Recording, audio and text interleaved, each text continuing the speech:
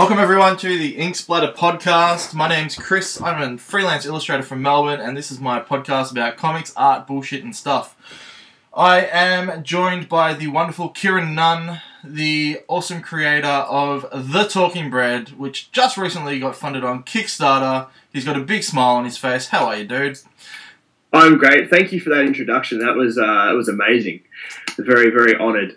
Very honoured to be on the show today, Chris. Oh, thank you, man. Thank you. You're probably the first I was going to say the first guest who's done his own comic, but I don't know if that's true. No, it's definitely not. No. How many episodes have you done? I've done. This is my fourth one. So yeah, it's been 2 weeks. I'm a bit fuzzy on the history of my podcast, which is very minimal. I forgive you for that. I forgive you that. Thanks, man. Thanks for coming on. We are here talking about Kickstarter. Yes. Kickstarter in general, putting one together, going about it, the decision of doing one. But the reason I got you on is because you literally just launched and within, was it 12 hours, funded your first comic? I believe it was, 12 hours. That's fucking awesome, man. Congratulations. Yeah, it's, I'm on cloud 9 at the moment. As you should be. I was taken back I thought it was going to take longer than that in the whole game and the whole scheme of things, but it happened. Thank you to the 12 people out there who pledged and got it over the line. There's more today. We've had some more pledges, but that's fantastic. You know, I never expected it to get funded in the full day. I had a lot of support on Facebook, which is a great tool for utilising and getting noticed. But like I said, it blew me away. I just didn't expect it to get funded that quickly. And it gives me more of a chance to try and give back more to all the people who are funding it at the moment as well. Yeah, definitely. And like going back to what you said with Facebook, I mean, you've been super diligent about pre-promotion on this project, which if anyone's seen, like when I put my Kickstarter together, I truly believe that's probably one of the biggest things you can do to create a successful crowdfunding campaign. And I see so many people who don't do it, and I see them fail, and it's like, if you'd put that extra time and effort in beforehand, things would have been different, like I've no doubt. And with you, man, it shows. It just absolutely shows. You created your Facebook event, which was about, what, a week or two? It was a week in advance. A week in advance. You had people inviting other people to the event, constant updates through. I should mention too, Kieran is the host of the awesome indie podcast, The Halftone Effect. Now, am I correct in saying that you interview purely independent creators? Yes. It's funny, when I originally created the podcast, it was designed just to be a little bit different from everyone else, and I had originally the format was to have people come on, friends, come on and talk about comic books that they love. Yeah.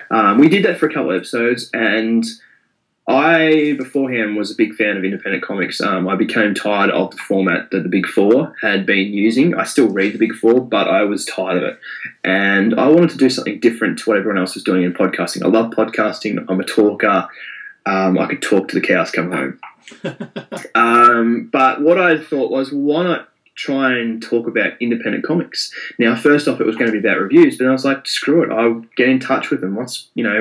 It's no skin off my back by asking people to come on and talk. If they say no, they say no.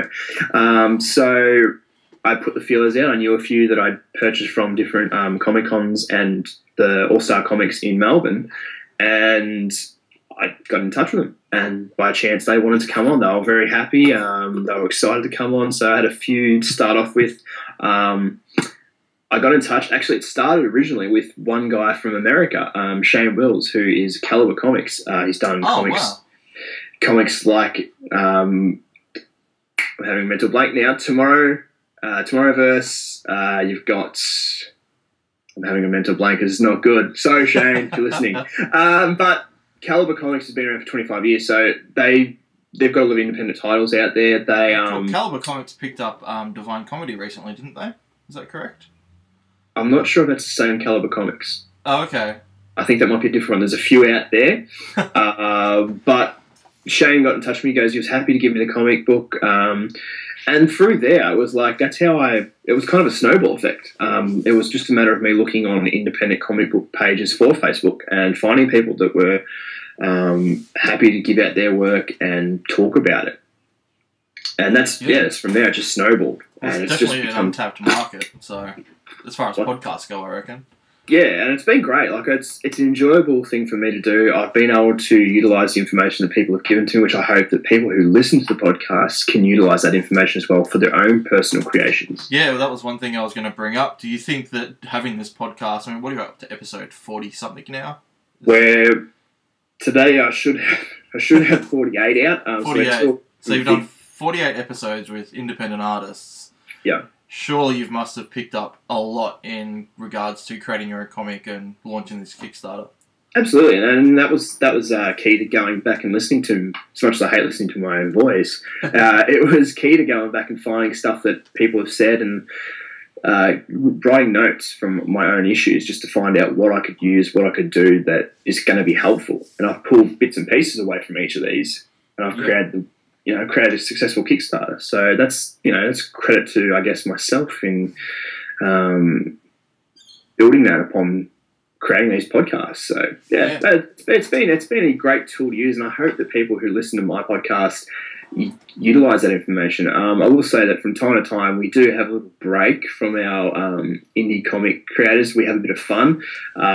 We do reviews on movies. That's just purely just to have a bit of fun with independent creators, to get them back on board, have a laugh, have a joke. It's a bit relaxing for me as well. It does find time to time just shooting the shit, I like to say. It kind of just makes things a bit cruisier and it lightens things up. Yeah, no, definitely. Sometimes it's very tiring to just do interviews all day, and that's why that's the reason I wanted to do this. I just wanted to shoot the shit with people I know who are in the scene of what I do, comics and art and everything. So I definitely feel you there, man. Yeah.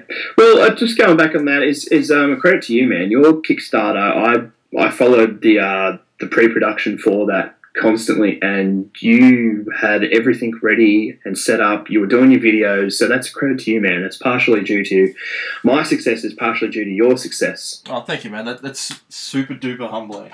I just said super duper. Super duper. Super would have been enough, but I went for the duper. So that's going to be a common word we're going to use for this now. Super duper. Inksplatter. It's super duper. Super duper. But yeah, I think having, and also I will say that I actually was lucky enough to get to Oz Comic Con 2 weeks ago, and I had flyers ready. It was a last minute thing, and I was thinking about it 2 days before, and I was like, fuck, if I hand out flyers, then there's an extra 100 people that know. Now, I did end up burning myself out on the day, so I only ended up getting 30 out. But that's 30 extra people that knew about the Kickstarter. Yeah, that's great, man.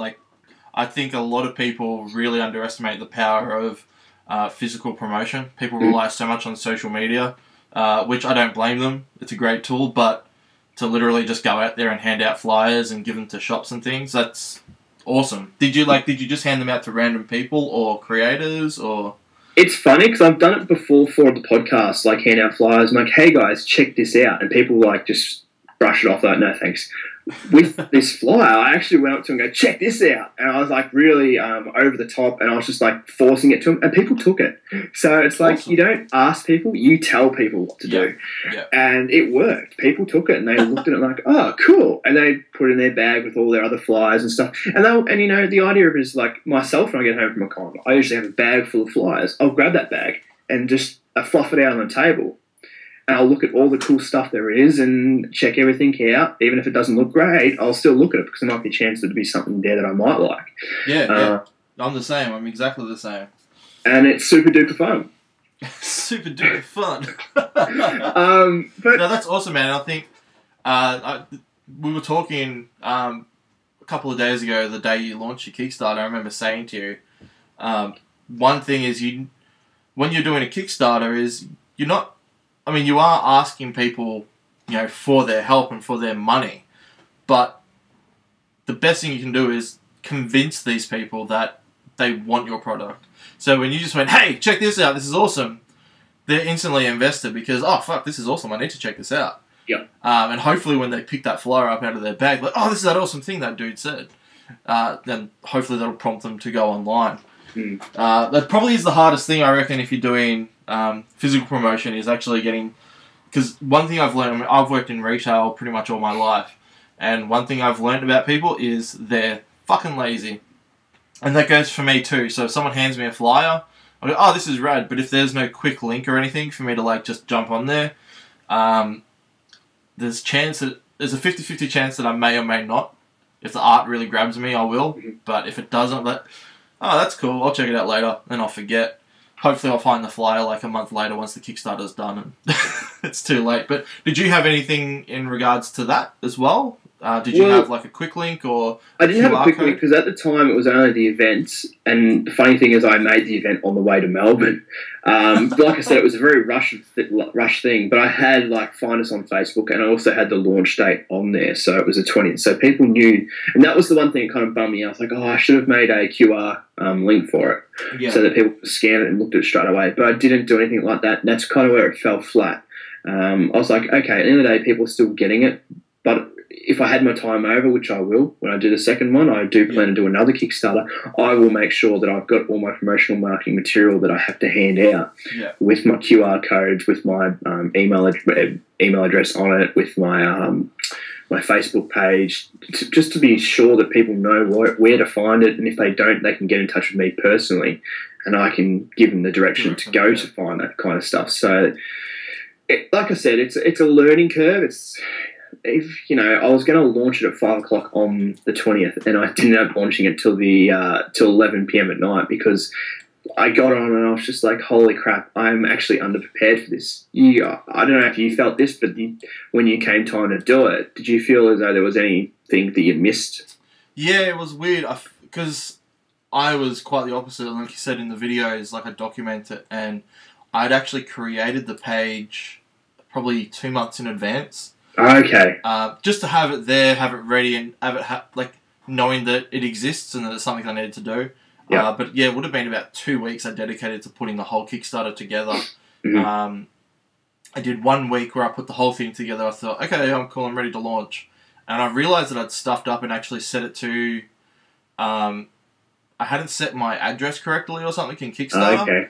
So all of my figures were set in US dollars.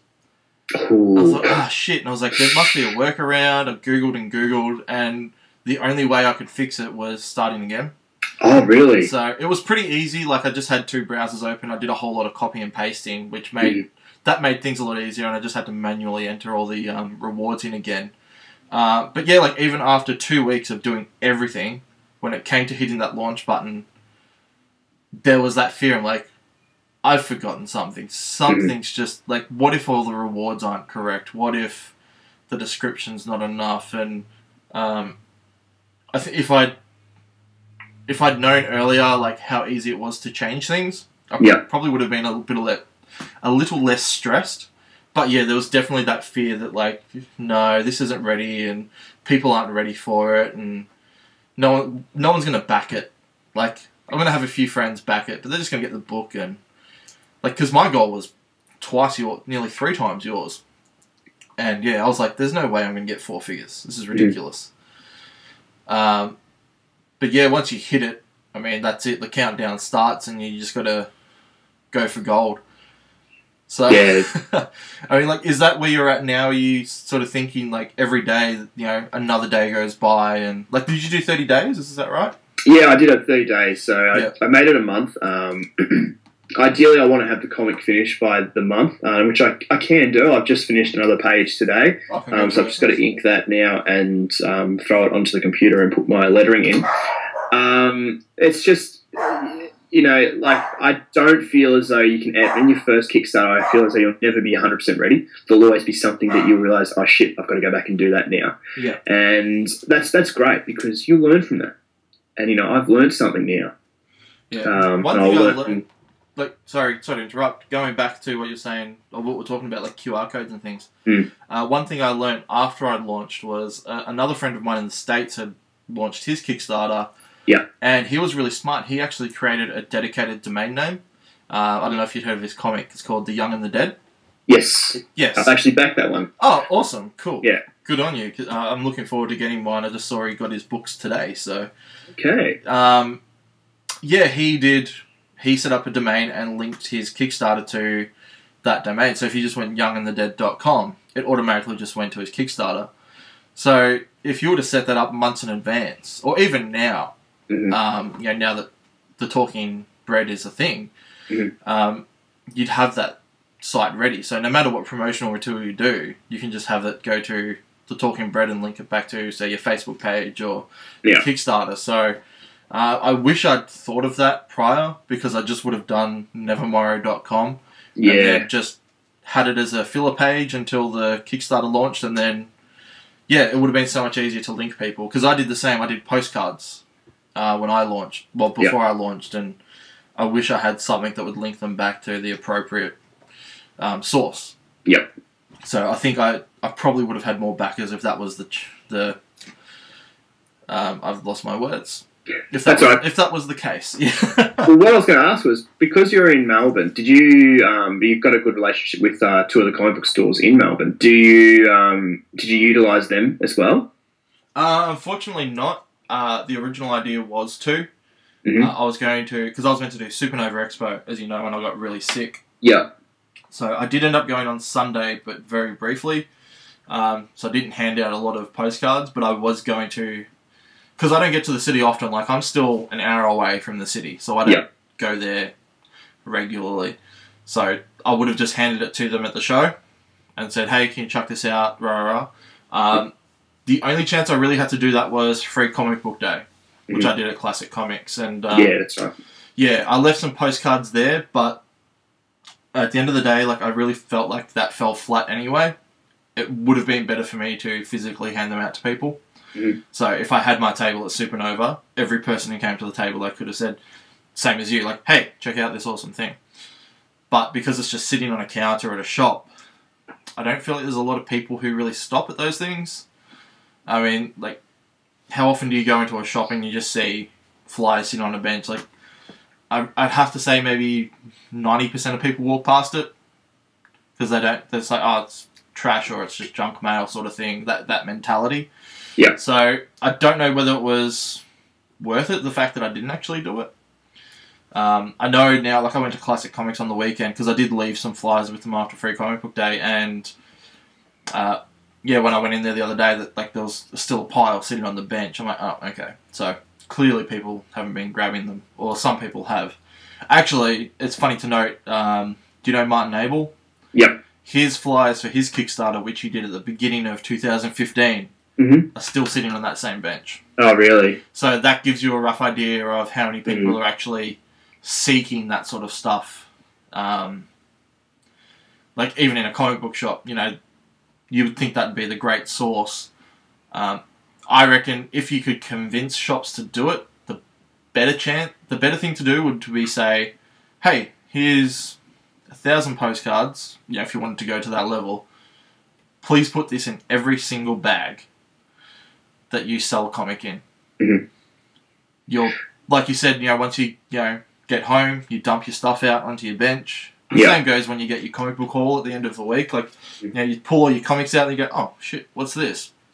It's going to be a much better form of promotion than just having it sitting on the bench. So definitely something I'll consider next time as well. Yeah, that's like, I'm part of the 10% that does do that. I always stop at, especially my usual outing is All Stars when I get a chance to get down to Melbourne. But even before then, I always check the tables, and that was when I used to hit all of them. I used to go to Minotaur, Classic, and All Star. And I'd always used to check them out, make sure there was something there. If there was something there, I'd check them out. That's partially the way I got into independent comics. I think I saw one of Craig. Craig, I think from back from memory, was on a flyer. Oh, cool. And it was a joint flyer with a couple other comics at the time. I don't know if it was his personally. That was like back in 2013 he started doing it? For 2012, I can't even remember. Far out, yeah. But he's been going for a while. But that was like, I always manage to stop and always have a look at what's coming up, and you might find some cool shit and grab it and just throw it in the bag. And that's how I got into that kind of thing. It was like checking that kind of thing out. It was like there's always something there. You might even get it for free online first and then check it out, then go out and buy it. So that's the kind of incentive I see it as. And I think, like, you're right, next time around I'm going to do the same thing. I'm even in the mindset of actually going out there and like going and talking to comic book stores and saying, hey, this is what I'm doing. Would you be willing to like put some flyers in the store or some posters just to chuck them up for the time being while I'm running this Kickstarter, or once I've got the comic book out and they can check it online first for free. And if they like it, they can buy it. Just to try and get it out there a bit more. And I hope that would help. But no publicity is bad publicity, really. No, that's exactly right. You made me think of something, and I've completely forgot what it was now. So I'm inking my comic at the same time, so I'm trying to like focus on two things, or I really shouldn't be. Multitasker. Yeah, well, one thing like you just made me think of in that sense of free, like you finished number 1 now. Mm-hmm. Like you'll be finished number 1. Next time you do some more promotion will be for number 2, I assume. Yeah. If you had a free preview, I mean, how cool would it be to get a free preview code when you go buy some comics at a comic book shop? Well, that's the thing. Awesome. Like, I've also thought about going back and doing issue 0 because I'm like, well, if I go back and do a backlog story to it, because I won't give away too much about the story, but there is an origin story for the characters. Yeah. And it's probably very yeasty, I imagine. Yes, and there is a character that I'm going to introduce in number 2, so I'm thinking like going back after I finished issue 2, actually doing issue 0 because you'll get a bit of a backstory. It won't be big, it'll be just like a one-shot, more or less, and it'll be issue 0. And I thought, why not just do that for free and kind of give something back to everyone? Yeah, that's an awesome idea. And then people get hooked on issue 0, and they go back and buy issue 1 and 2. So it's another marketing idea that I think is it's bulletproof. Really, you can't go wrong with it. You're doing something for free. People are getting something for free, and they're also going to possibly pick up 1 and 2, and everything else that you're going with it. Yeah. It's it. Like let's say go back to conventions. Have you tabled at a convention before? Not yet, no. Not yet, no. When you go to a table, like, what's one of the first things you'll grab, or at least the last thing you'll think of taking before you leave a table? I usually go straight. So I'm going to say I always go for comics first. Yeah. But I guess flyers or anything that's free. Yeah. So, like, business cards are one thing. Yeah.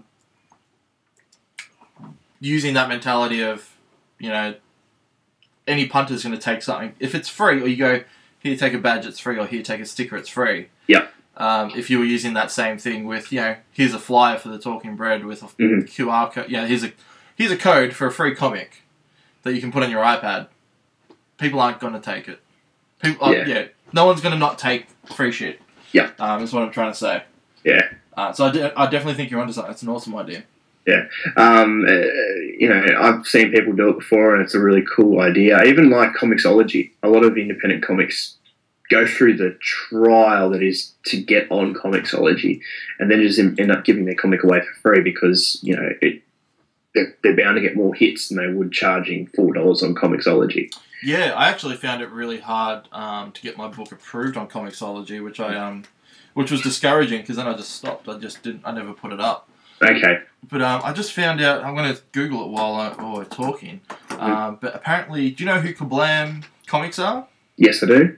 Apparently they have an indie section on their website where you can actually upload your comic, because obviously they print comics, but they do an independent online version. I imagine like Comixology, but for independent comics. Mm-hmm. I haven't looked into it yet, but a friend of mine said you should check this out. Okay. So that's, if I can find out what the link is, I'll post it down in the video here for anyone else to have a look. Mm-hmm. But apparently, like, they do a very similar sort of system, but I imagine if, like you said, if you're looking for independent comics, surely that's going to be a main source to go to. Mm-hmm.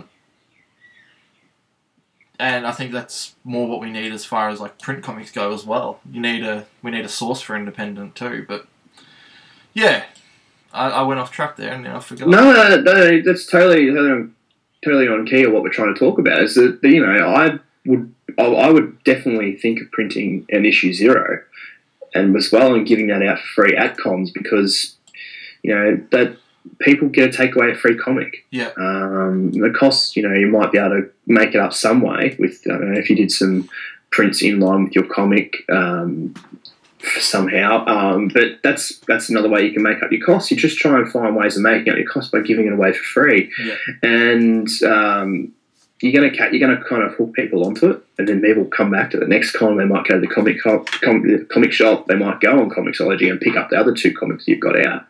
So it's just about really trying to strategy and get people hooked into it. It reminds me of ash cans, which I think are a really lost thing these days, where an ash can was just a preview of your comic. Mm-hmm. It was just the first 5 or 6 pages, Mm-hmm. Printed at your local office work, stapled together, and like generally like in a mini comic format said, here, you know, here's this comic book, check it out. It only costs you hopefully like 10 cents a book to print. Yeah. So if you just put, what, $20, there's 200 books. Mm-hmm. Oh, I'm assuming my maths is terrible, but still that's 200 people you might be able to intrigue into reading your book. Mm-hmm. So maybe that's what needs to come back, and I don't see a lot of that at shows anymore, where it's like, you know, here's an ash can of what I'm doing. Go have lunch, read the ash can, come back and buy the book. Yeah. It's another thing I thought about doing. Is just doing like a small little comic strip and just giving that out. Yep. Start off with before I even decided to go to Kickstarter. Really, I actually pitched the idea to a friend in America, and he loved it. And he said, you know, you could do it as a comic strip, do it online, and then it evolved from there. Like the story, I had enough of the story to really turn it into a first issue, and awesome. It's growing like a yeast infection. I don't know if that's right to say, or that sounds a bit wrong. I was going to say like mouldy bread, but you just took growing it to that like next level. The thought of mouldy bread kind of makes my stomach turn. That's a super duper joke, man. Yeah, lots of bread puns in the comic. There will be. I can't wait. I think that's probably going to be the one thing I'm really looking forward to is the bread puns. And you used to be a baker, you said? Yeah. So you must have heard every single one under the sun, mate. Like I said in my Kickstarter video, man, some of the stories that I've got, and I've been writing a lot of them down recently, some of the stupid stuff that happened in the bakery, some of the things that happen, the mistakes happen with making bread. This intrigues me, because when I watched your video, the thoughts that went through my head, I'm like, what could honestly go on in a bakery that's that bad? Like, how many ridiculous stories could you have? After 10 years, and some of the people that come through, you meet some interesting characters. Okay. There is some great things. In the first page, there's already, like, for anyone that I've worked with in the bakery, and I know a few that will pick up the comic, and I'm going to send one to my old manager. Oh, nice. The first page, right, straight next to it, there's, where I used to work at a bakery in Melbourne, there is a bakery 2 doors down that is pretty much copies the same graphic design the same design for their logo, same font, same color scheme. It's identical. It's just called something different, like very like you would notice. I'm not going to say it on while we're recording, yeah, but I'll tell you afterwards, and you'll notice it when you read the comic. There's silly things like that. There's a lot of adult things that happen in it.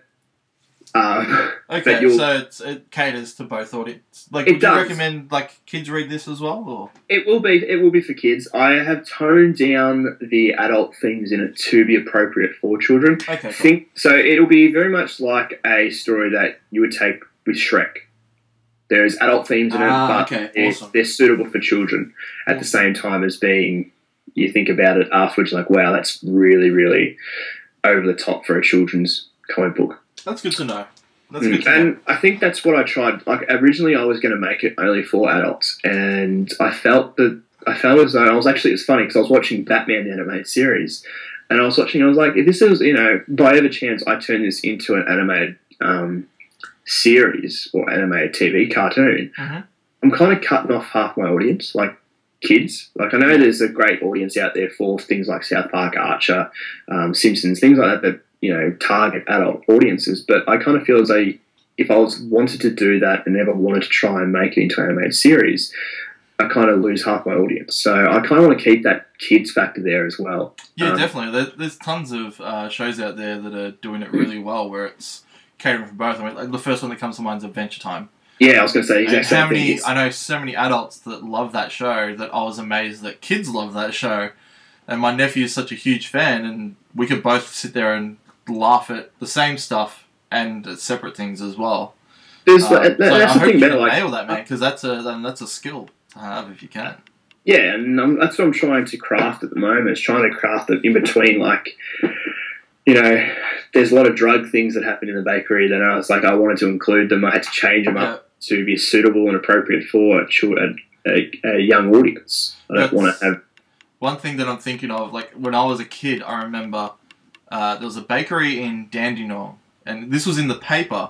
Mm-hmm. And, like, thinking back, I'm just like, you know, what weird things happen in a bakery. I just suddenly remember, and I have to say it. I imagine most bakeries you've worked in, they make their own pies. Yep. And they just have, like, a big sort of bucket of meat that sits in the fridge, yeah, ready to go. Your stew. Yep. Someone had broken into the bakery, stolen all the money, and took a big steaming pile of super duper poop right in the meat pie mix and just and then left it opened in the middle of the bakery, so it just stunk the place out. Yeah, that's right. Have you ever encountered anything like that? I'm not going to comment on. I'm not going to comment on YouTube. I'm not going to comment. I can't. Like, I was doing up my copyright before for my comic book.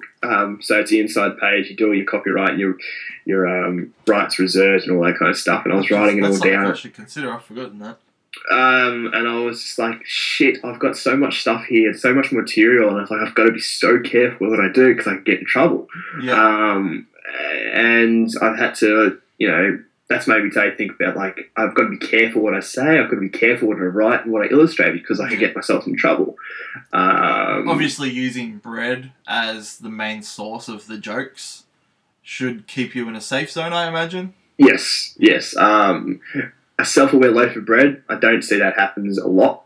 I fucking hope not. If it does, well done. But yeah, like, knowing that, but I've got the I guess the science down of bread. So, you know, in a weird and wacky world, it could actually happen, I guess. I don't know. But, you know, there's that kind of factor to it. It's going to be fun as well. Like, I can kind of include a bit of science into it. And I've come up with some really cool characters to come up throughout the series. Cool. Yeah, you've told me about the villain in number 2, and that sounds pretty fun. So so there's that, and I think that's going to be fun to work with in future. And I'm excited. I'll say this: I've already started working on issue 2. I started this morning typing up issue 2. So it's that's fantastic, man. I love your dedication to this project already, and I think I want to lead this back to Kickstarter again. The fact that you're already starting number 2, mm-hmm. that's the kind of thing I'd be using to promote number 1. Like, back this first one because I'm already started on number 2, and I think that's amazing that you're just that far ahead and that dedicated to your characters, to your story, to your project in general. Mm-hmm. That's awesome, man, because, I mean, like, you're making me feel lazy now because, one, I haven't even finished inking my book, which was funded a month ago, and, like, there's no second one in sight. Like, not that it was planned, but, mm-hmm. I mean, here you are, you're already into it, man. That's awesome. Well, it's kind of like, I don't want to stop. I want to improve my craft, and my illustrations are, you know, you being an artist as well, I don't know if you have this kind of phobia, but I'm my own worst critic, and I kind of want to build my skill, and in saying that as well, I want to help build other people up, so the more I work hard at getting these goals off the ground, I can make my other work. So I've got 3 other stories I really want to tell in comic book form. One's a very dark one, very personal and dark, and there's another one that's more it's light and fun. And those kind of stories, I don't feel I've got the confidence to build them yet because I haven't got my skill, and I'm the kind of person that wants to write and illustrate my work at this stage of my life. So I feel as though jumping into number 2 of this is, you know, it's 3 months down the track from when I've got issue 1 out. So I'm kind of giving myself ample amount of time to get it ready. But also, you know, most independent comics I see every 3 month mark they come out. Yeah, a lot of them do. A good way to go about it. and I think that kind of keeps the audience invested as well, that are spending the money on the comics. So I want to try and build myself up to have that discipline. Yeah. So that when I continuously release stuff, I am doing it. Plus, I'm running a podcast as well, and I've got to try and, I've got to have discipline for that as well. Every week I've got to have a new issue out. Now, it regulates between Wednesday and Thursday in Australia, depending on time frames, but everywhere else gets it always on the Wednesday. So that's it. And I mean, you work as a graphic designer, you're married, like you've got a lot of responsibilities. So power to you, man. That's a lot of work. So I've got a very understanding wife, I think. Very important, yeah. And my wife's, I was going to say 10 months pregnant, but no, she's just over 7 months pregnant, and she's cool with me sitting in the studio at night, working away on this comic. So it's important to have, if you do have a partner, one that understands your craft and is very supportive of it. Yeah, she's very supportive of it. Lots of early mornings, travelling to cons. She's done amazing things for me to help get me up and ready and get me where I am today. Without her help, I probably wouldn't have got as far as I have. That's awesome. And is she into this whole thing? Does she like comics? Does she like pop culture? She's very big on pop culture. Okay. She doesn't read a lot of comics, but I do introduce her to a few.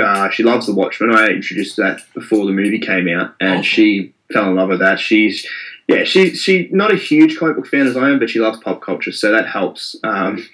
When it comes to dealing with me and comic books, I do tend to rant on a bit too much about comic books sometimes. We've all got our loves, man. Yeah, but she deals with it. That's awesome. So, how's she been as far as the Kickstarter goes? I mean, she was stoked. First thing she you've said been a hot mess this past week, I imagine. So, it was quite funny when I was stressing out about because I didn't get it up by 5 o'clock. She actually said to me, she goes, "I thought you'd planned all this out, like you were going to have it ready." I was like, "I did, but I didn't expect this other stuff that I didn't even think of." Yeah. And yesterday when she got home, she was ecstatic that I'd reached my goal within the first 24 hours. She goes, "That's awesome! Like it's congratulations, you've done it." I was like, "Yeah, but as much as I appreciate you, congratulations, I still want to reach beyond that. I want to try and get more people on board with it. I want to unlock these goals because they're cool goals to try and unlock, and hopefully they'll be great for the people who support it." So especially the stickers, I've got a really cool idea plan for the stickers, but I've just got to try and get those goals unlocked. Yeah, and then I can get those kind of things ready. If not, that's something I'll have to consider for merchandise, maybe for round 2, or just merchandise to try and sell at cons and on a web store when I eventually get a web store up. If there's anything I've ever learned, the money's in the merch. Well, that's the thing. That's thinking about. I don't know about you, but when you go back to do your next Kickstarter, that's even things I'm thinking about. It's like, okay, should I try and get plush toys made, or people are, I don't know how, I don't know why, but people are pop vinyl. So that's something that I should think of. Like I know a few people that have done it for Kickstarters, and it's something I'm considering because like people love memorabilia and pop culture items, so why not try and move in on that? Yeah, definitely. I mean, one thing you've spoken to Matt recently, who's the writer of The Legend of Rock, a book I worked on. Now when we started that, we went crazy, and in a sense I almost regret it, but at the same time I'm kind of glad because it was a massive lesson that I learned. We went batshit insane with merchandise. We designed trading cards, which we printed, put together ourselves. We actually went out of our way and got plushies made of one of the characters, like only 2, but like as a promotional thing that we could have on our table. We did like a whole ton of promotional posters. I know there was more stuff. Oh, that's right. We did a colouring in book. Oh, cool. So you could like buy the colouring in book, and then we found a place that sold like small packets of pencils. So we put them together. You get the pencils with the colouring in book. It was insane. This crazy amount of merch, and we had like a little show bag. But when we did it, like we didn't kickstart it. We did a pre-order on a website, and moving merch for a product that didn't exist yet. In the case that you come to our booth, they're like, "Oh, I've never heard of you. This is like the first comic," which isn't even like the first comic, it's just an intro, like a number 0, and trying to move merch was just crazy. But having it there for the next one is going to be super handy, because then you're starting to build an audience. So when they get invested, they start to buy the merchandise, and obviously that's when the money starts to come in, because you generally buy these things in bulk. You sell them at a higher price, you make your money back, and hopefully that will continue to promote the printing of everything else. Anyway, I'm getting sidetracked. I wanted to ask. It's all relevant. It is, yeah, it is. I mean, these are things you need to consider when you do a Kickstarter, because, like for you, you're not just printing a comic, you're trying to entice people with all these rewards. Yeah. And like you said, yeah, you've got some awesome ones, and you've also got things that I imagine with your stretch goals, if are unlocked, are these things that just automatically go to anyone who's backed the project? Yeah, so the idea is with everyone that's pledged for a physical copy of the comic, they will get the unlocked goals. Anyone that's done digital, I was going to make this a surprise. I was going to email them, so to say, like the prints. I was going to actually email the prints to them as a digital copy, and if they wanted to, they could get it printed themselves. That's a wicked idea. Because they have pledged $3, and that still counts as something. They still want my comic. They still want to support it, and that's why today I don't know if you've seen it, but I did it on the both the event page and the actual page. But I said, hey, if you just want to get a digital copy, you don't want to have clutter in your house, just go for the $3 one by all means. Like, it still means something. And then, if people like it, they can come and see me, or they can shoot me a post and say, hey, can we get a copy of it? And I'll send it out to them. Yeah. Sorry. What I was going to say was, I want to make this more of an exclusive for everyone. This because they're pledging to Kickstarter. Now, either way, I'm going to make this comic, but people who are pledging from Kickstarter, I want to make sure that this is available to them only. Yeah. I don't want to have this stuff. And if, things like like I said just there before, that with the unlock goals, if they don't get unlocked, then I might just release those to the public, because we never successfully got them through Kickstarter. But all the prints and stuff that I'm doing, they're all going to be exclusively for Kickstarter. There's going to be a dust cover. If that gets unlocked, that's going to be... I love that idea, actually. Yeah, it's kind of funny. It was a last minute thing that I thought of, and I was like I looked at my comic book range on my bookshelf, and I was like, I've got a few dust covers. Like, no one really does that, and it gives me a chance just to include an exclusive cover to the people who have supported the project, and especially for a single issue too. Yeah, it gives you a chance. Like, I would think it's another chance to do an alternative cover in a way. So when you take it off, you're like, oh shit, 2 covers. That's awesome. I've got no idea what I'm doing for it, by the way. Oh, okay, cool. I've got to make sure it's something to jump on for you.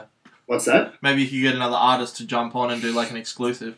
I have asked someone. I don't know if it's going to happen or not. I'm waiting to hear back from them. But I haven't checked my emails in a while.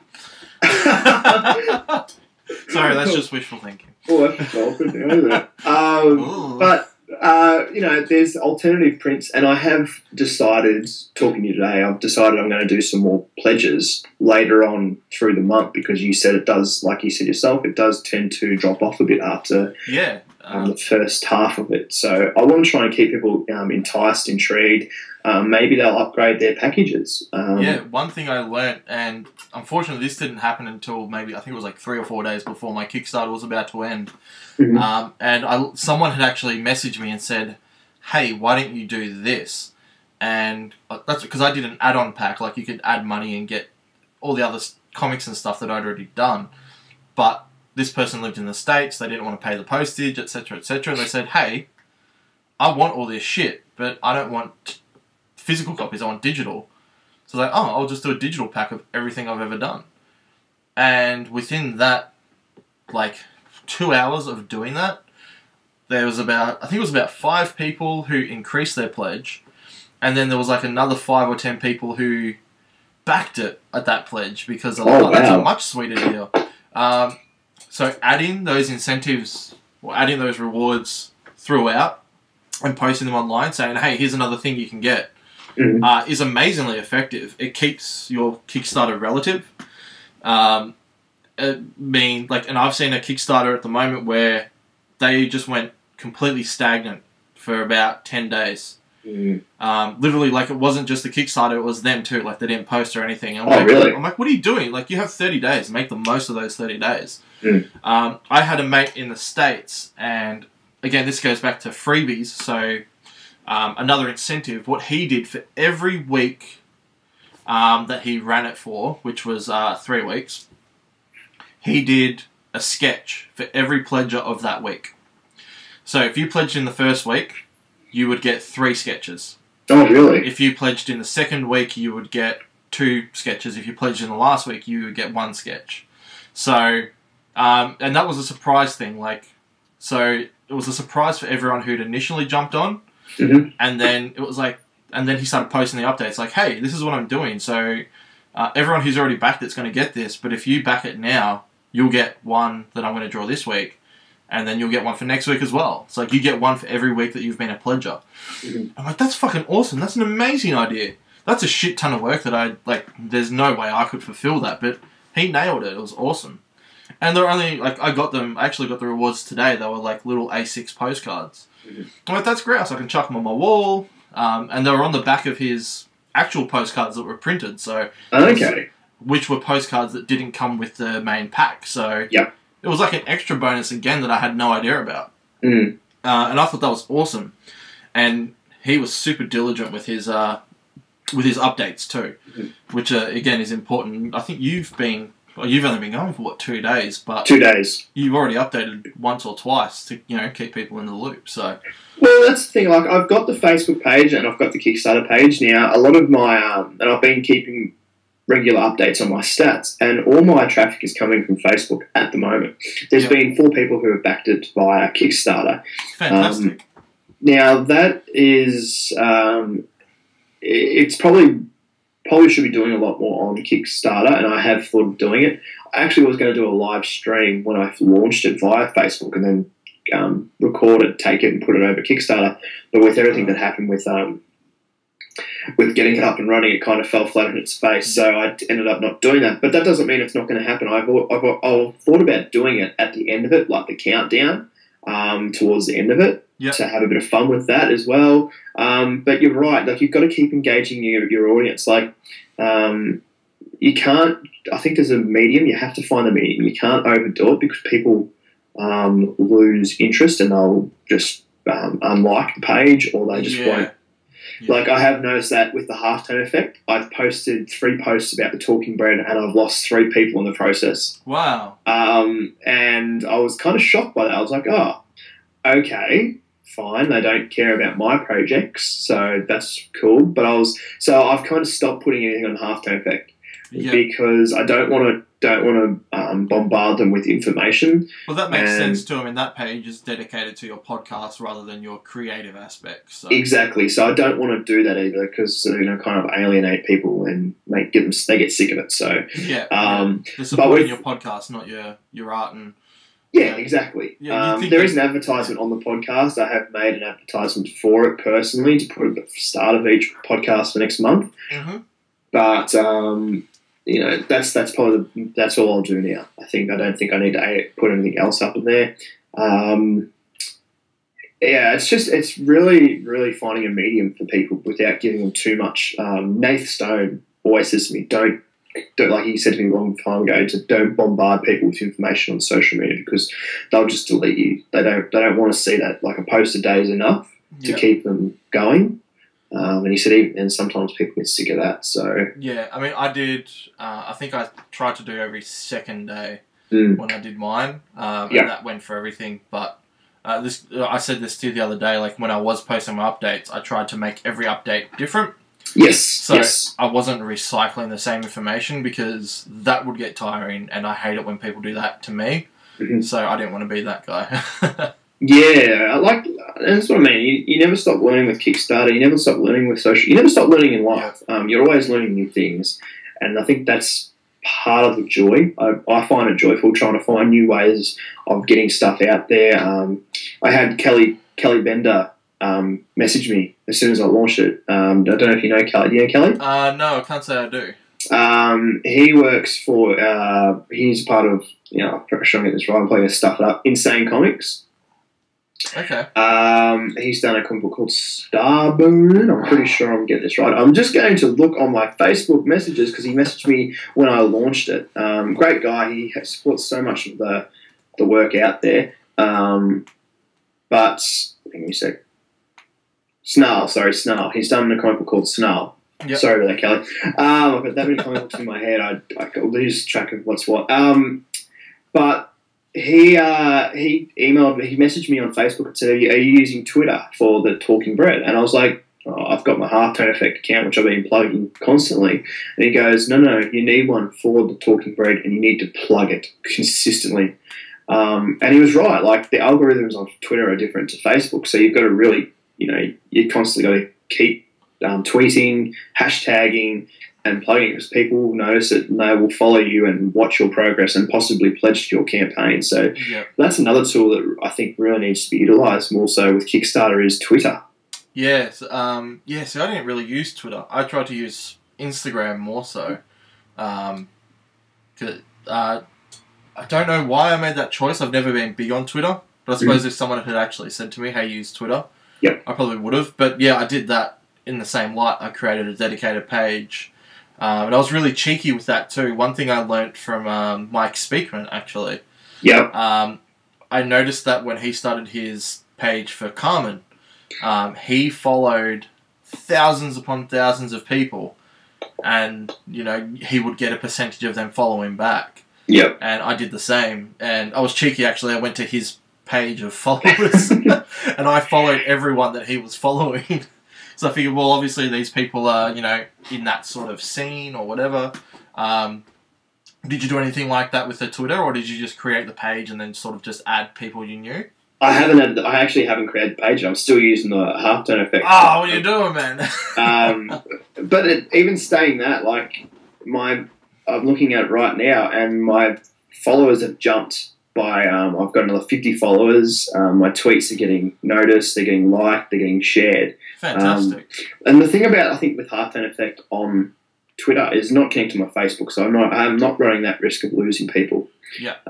Because Twitter works in, they say that Twitter works in a different way to Facebook. Yeah, and Facebook's fickle, man. Like, the reach on Facebook is just abysmal. It really is.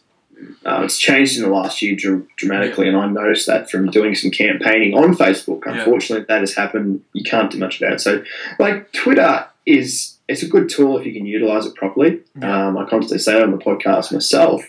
You just need to make sure you're hashtagging the absolute shit out of it so people will notice it. Like Instagram, I think, would be a better tool to use because it's actually showing your artwork. And I probably should be utilising that more, but it just comes to the point when you've got so many social media pages, it's like, where do you stop? I've got one for my podcast. I've got one for my designer, my graphic design company. I've got one for my production company, which is Halftone Productions, and that's that's my own label that I hope to build more artists and comic book writers from. Oh, fantastic! But there's where do I stop? Like, I consistently create all these new pages, and it kind of becomes out of control. Yeah, so, I know what you mean. I mean, like, I think my Facebook, I've got a page for nearly every book I've done, and it's just. Yeah, it gets overbearing. And sometimes it's so hard to manage everything too, and it's nice to just have a hub. But like you said, some people just get sick of promoting the other thing on your main page. It's like you can't win. Well, that's why I've kind of done it on my friends' page, especially just my normal Facebook page, because I know that people who are my friends will actually support it. And. I'm going to say this, and I don't know how many people are going to hear it, and I don't know if they'll get upset about it. But I hope that everyone I've backed on Kickstarter can return the favour. Sorry, can I interject? One really interesting thing that I thought about at the end of mine was I don't want to have negative feelings towards these people, and there's no main people that I'm aiming this towards, but there was a lot of people who I've supported in the past, whether buying their stuff at conventions or kickstarting, who didn't back me. And it's a really weird feeling at the end of it. You're like, well, hang on, what did I do wrong?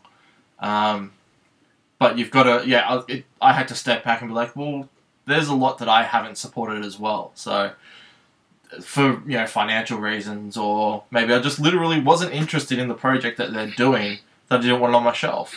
Yeah. Yeah, that's really a really weird thing. When good friends of yours don't support your projects. And I've actually had a couple of projects recently where I backed and the fund didn't go through for it. My credit card, my bank card was, and it fucked up, and I had to try and send the money. I had the money and send it across another way, and there was two that I actually missed out on because it came time and it just wasn't there. So, and the thing is, I've messaged those people personally. I said, hey, listen, didn't get across. I'm still interested. Can I do it? They're like, yeah, man, we're just going to send it out to you anyway. So they were good enough to do that. And that's part of the reason, like podcasts, like people are happy to give their work away for the podcast reasons. And the thing is that I try to give back as much as I possibly can because, you know, I feel as though their work should be supported no matter what. But yeah, it's a funny feeling. It's like, I thought these people would have already supported it. Because, you know, I'm 110% on their projects and all their work. And, like, there's still 28 days. I say 30 days. There's still 28 days that people can support it. So they may come around to it. Yeah, some of my best friends, like, I was speaking to them and they're like I didn't bring it up, but, like, we were just talking about the Kickstarter in general. Like, yeah, I'm just waiting until, like, the very last day to back it. And I'm like, why? They're like, oh, it's just what I do. Like, you know, I just like to do it, you know, that last push. Like, I like to be part of that. I'm like, oh, okay, cool. And that's what happened. You know, they backed it. I'm like, oh, okay, whatever. Yeah, it was a really weird thing. Like, you know, they were there, they were supporting it, they, you know, might have shared it, but they didn't back it till, like, the very end. Yeah, I think people don't understand Kickstarter still, though. There's a lot of people out there I talked to recently, like, they don't know what Kickstarter is. I explained to them that I'm doing a comic, like, oh, cool. What are you doing? You're releasing it, you know, having an opening day and stuff. And I was like, no, I'm doing it through Kickstarter. I'm like, oh, what's Kickstarter? Yeah. And you have to explain it to them. Now, Kickstarter's been around for 5 years and it's still, people don't know about it. Yeah. There's one thing as far as, like, even people who know about Kickstarter, I think, don't know about the social aspect of Kickstarter. Yeah. And it's super fucking important because I didn't realise how important until I got all the statistics from mine. If you follow someone on Kickstarter and they back a project, Kickstarter will tell you. So if I, like, say when I backed your project, anyone I follow is going to get a notification saying, Chris just backed the Talking Bread. Check it out. Here's a link. So my support's not only supporting you, but it's also sharing to people that I follow or, you know, who follow me. Yeah. Which might be, say, 20 people. Like, and generally it's just people in your Facebook friends list anyway. I'm pretty sure that's how it connects the two anyway. But that's a massive, massive help because, one, it's a direct link, and two, if your friend backs it, I think the idea is generally people are more likely to back it if they know someone else is putting their support into it. And I did notice that a couple of times. Like, if you look in your statistics now, it'll say backed via friend recommendation or something like that. Yeah. And that's an important tool as well. I mean, Facebook was definitely the biggest tool, but little things like that help as well. And if more people understood that, I suppose you don't really understand until you've run a Kickstarter. Yeah, I think that the more research you do at the end of the day, you're gonna be better off for it. You and me both know that, and like I'm looking at my stats now, and it's funny because my Kickstarter. So I'm looking at my pie chart for referrers, and pledges via Kickstarter is increasingly growing. Now it's only at 25% at the moment, but it's slowly going past that mark, and I actually reckon by the end of it, it will be at 50% via each of them, which is good. It must be, I don't know if it's through Twitter that's doing it, but because I've had a few since we've started this podcast actually back projects. So I had 4 people back the project since we started recording. They're only like, you know, a few dollars for digital ones, which is fine. But yeah, it's interesting to see how it all grows. Something I was going to ask you as well, do you find the restriction with shipping, is that a problem when it came for Kickstarter? Because I'm noticing that a lot of and I understand because shipping is a lot. I know that from backing a lot of projects. England is possibly the worst for getting stuff shipped across.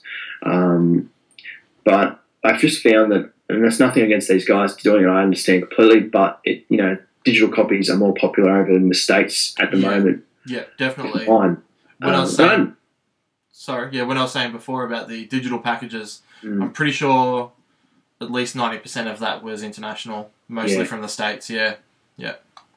And like I get that. Like I did all my pricing beforehand for shipping and stuff, and it was $15. Like it was going to cost me nearly $15 to by the time I bought stamps, packaging, and all the stuff that goes along with it. Yeah, backing cards to make sure it doesn't get bended. It costs $15 to ship it overseas, so that is a lot. And yeah, it does. It does. I mean, I didn't guesstimate it. I checked out on. I did all my research through Ozpost. Mm-hmm. And I based that off of their postage bags and everything like that. Which I actually helped Matt Nichols when he was doing his Don't Shut the Door Kickstarter stuff. Like when he was sending stuff off, I went down to the post office. So I actually got to see the kind of prices that he was spending to send stuff internationally.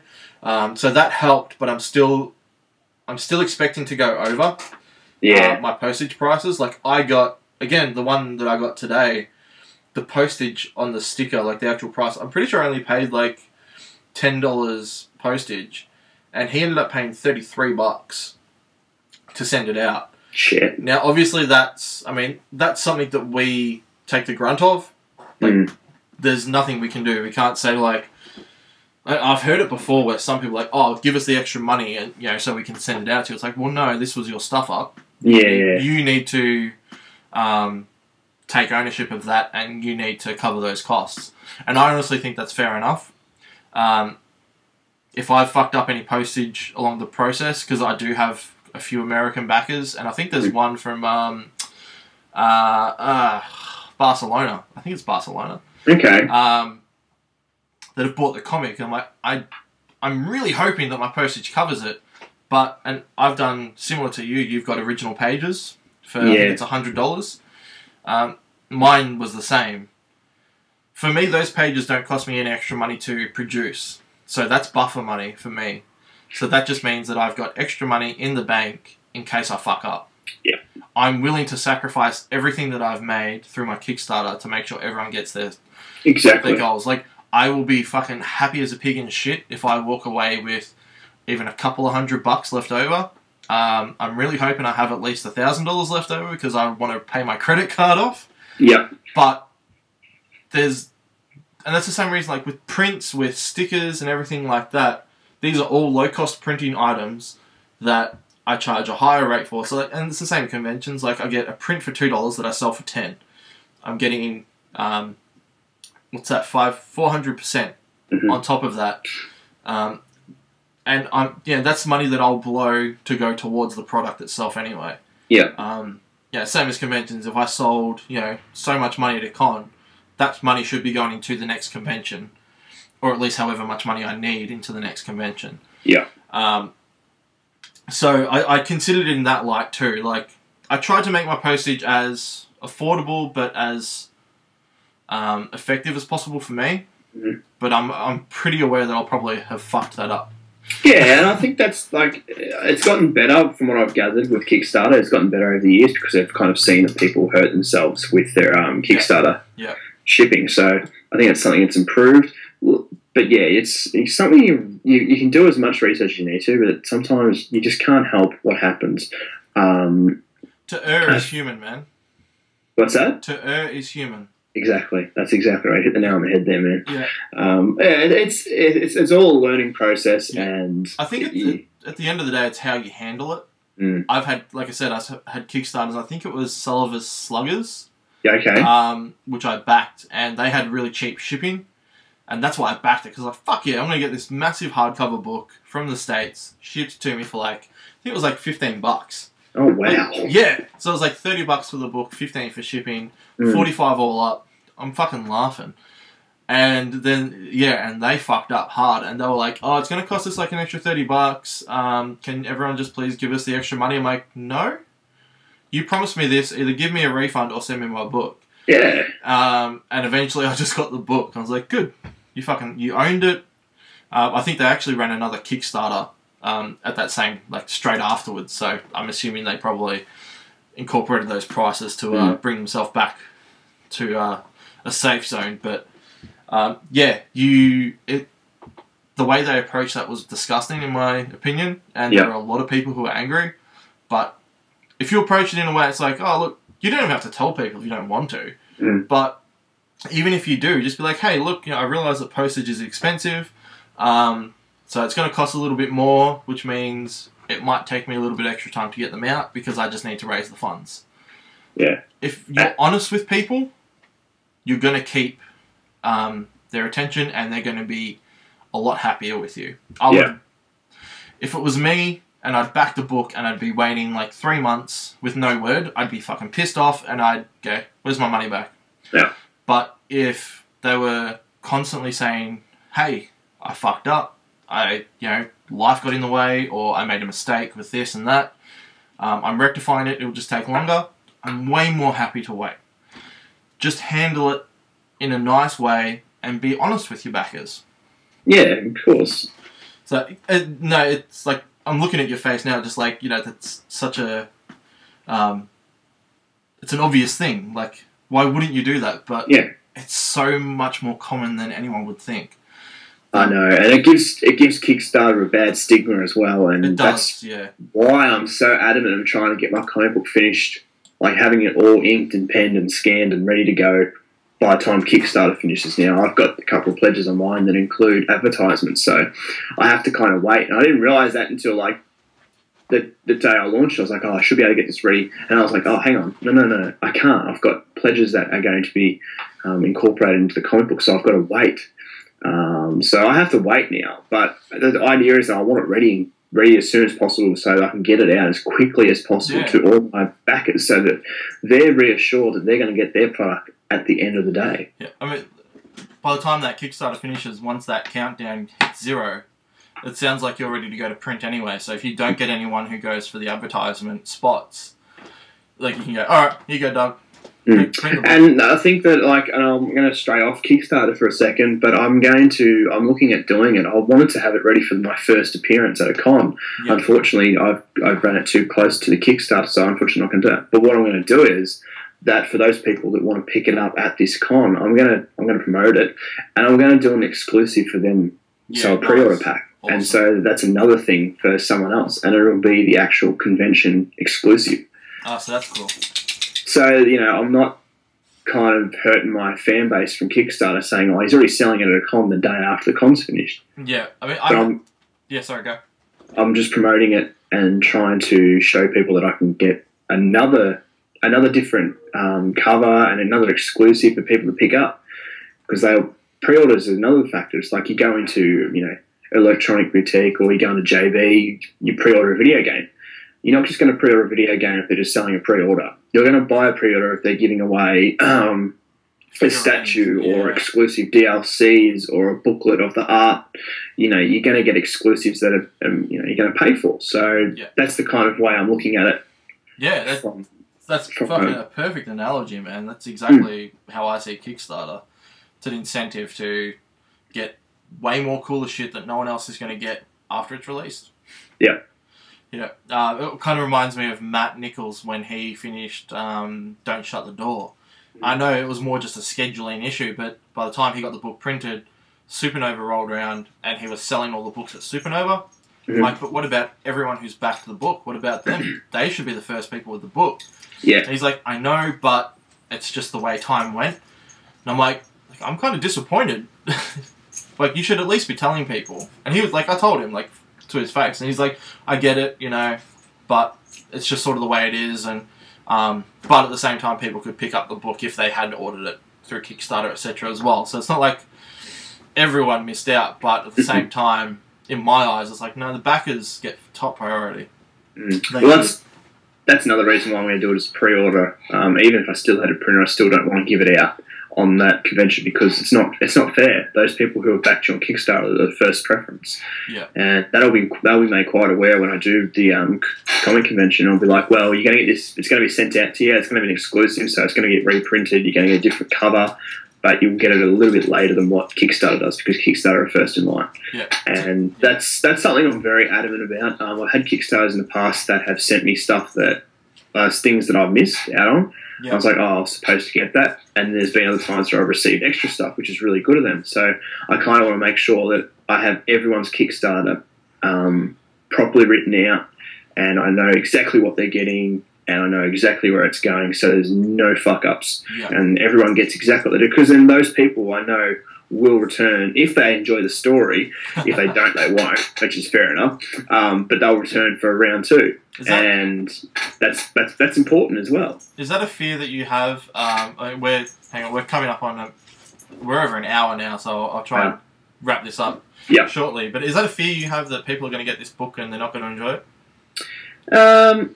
Not really, no. Like if they don't like it, that's cool. But I guess that's once again my punk attitude. If you don't like my music, well, fuck it. Like you don't like my comic, well, too bad. That's my comic. Like you might like something else I do.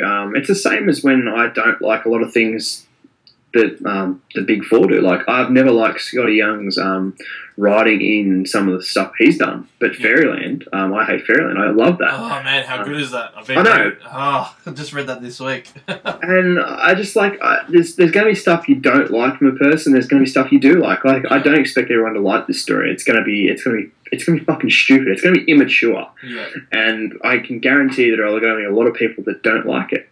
Yeah. But there are going to be a few people that like it and they'll pick it up. Well, I'm more intrigued when you said you've got a real dark story in the works. I'm like, ooh, yeah, that hit a button with me, and I can't wait for that.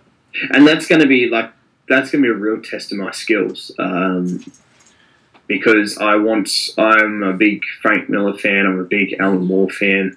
They can write some really twisted stories, and I want to try and write. Neil Gaiman's is actually another one too. He writes magical stories, and there's some really cool stuff. But they're my influence, and I want to try and build towards that kind of writing. So that's just going to come from experience. Yep. And that story, I can tell you, it's pretty much pinned out. They'll be done as graphic novels. There'll be 3 graphic novels. Wow! And it's a 3-story arc pitch, but it's going to be deep. It's going to be intense. It's kind of going to tap in a few things in society as well. And I hope it is as good as what I think it is in my head. That's all I can say. I hope it is as good as what. And this is the Talking Bread is my initial start into a larger world, really. Yeah. Oh, I wish you the best luck in the world with it, man. Thanks, dude. There was one last thing I wanted to ask you, just about Kickstarter before we wrap this up. Now that you've reached your goal, you've got 28 days left, and you have 28 days left to ask people for money that, in a sense, you don't really need because you've got it. What are your feelings towards that? Because when that happened to me, it made me feel needy, but at the same time, knowing that I had the stretch goals that I wanted to reach. So my point of thinking was, I'm trying to convince people that the more you do, the more you get back. But I can't do it without you. Where's your head at this point in the game? I'm in the same mind game as you, man. I actually talked about it with a friend this morning. I was like, should I do some more pledge goals, create some new things for people to jump on board with? And I think that's the kind of thing you've got to go for now. Like, I've reached my goal, but it'd be amazing if I could get over and above. Now, I have my stretch goals, which are there for if we do make that money in the next 28 days. But I would need to keep people intrigued. I need to keep people going, oh, what's he got to offer? And those people that have already pledged, they might look at those ones like, oh, he's got new stuff. Yeah. Oh, that's even better. Yeah. Oh, screw it, I'm going to get that. And I've done that. I've updated a couple of times now. I've updated my pledges because I know that what they're offering now is more suitable for what I want. And that was one thing I never anticipated, actually, and that changed my way of thinking too, knowing that people will still change their mind halfway through. That's exactly right. And I'm in day 2 and I'm already thinking about that. So that's something that everyone has to keep in mind when they're doing Kickstarter. They get funded in the first day. Start thinking about what you can do to try and entice people to pledge more and try and get new people on board for your Kickstarter. Yep. Now, I've done that this morning. I've already got everything set up for what I want to do. There's a few other things I'm going to try and pitch. And I'm probably going to pitch them to you before I put them up too, Chris. So be prepared to get an influx of different things I want to do. But I just want to try and, yes, I've made my pledge. Originally, there's two different ways this could have gone. I was going to give it away for free without doing it through Kickstarter, was one way, and then there was another way I was going to make it $1,000 Kickstarter. So it's gone in between, really. Yeah. And I think that now is just like, okay, I can go 1,000, and then I can look at getting other things set up for the next Kickstarter. So that money that I'm making from the Kickstarter is going straight back into the next one. Fantastic, man. It's going to go back into developing, like we talked about, going to go merchandise. So there's going to be action figures. It all comes down to paying people to do that kind of stuff and getting demos made up. So, like I said, it's a constant snowball effect, more or less. It's going to keep getting bigger and bigger, and I want it to. So I'm going to go full steam ahead. I am trying to think about at the moment something to put in the middle of the campaign because, like you said, it does tend to tone down a lot, and I don't really want that to happen. I want to keep momentum building. Yep.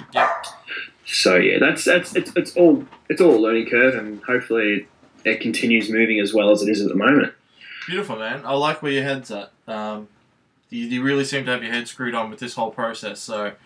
I've no doubt. I'm looking at your Kickstarter now. Your fourth stretch goal, your last one at least at the moment, is 2,000. And judging by the rate it's going now, I don't see that being an issue for you, man. I mean, you're almost at your first stretch goal, so that's fucking awesome. And I'm stoked because now I get an extra print. So exactly, yeah. Yeah, I'm actually thinking once I finish mine, I want to do a bit of fan art for this thing too to help promote it as well. So I hope I get some time for that. So funny enough, I've already had that, and I have had one last night from Nate. He did one last night.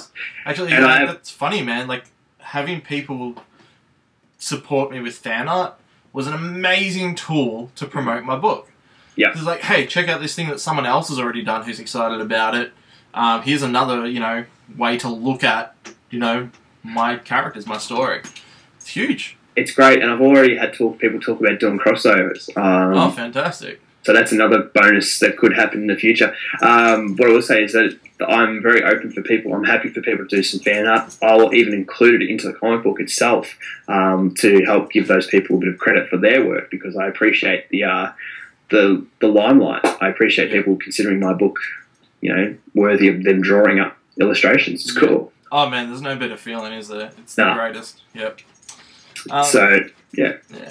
All right, man. We'll wrap this up. We could probably talk for hours, knowing us too, but definitely, man.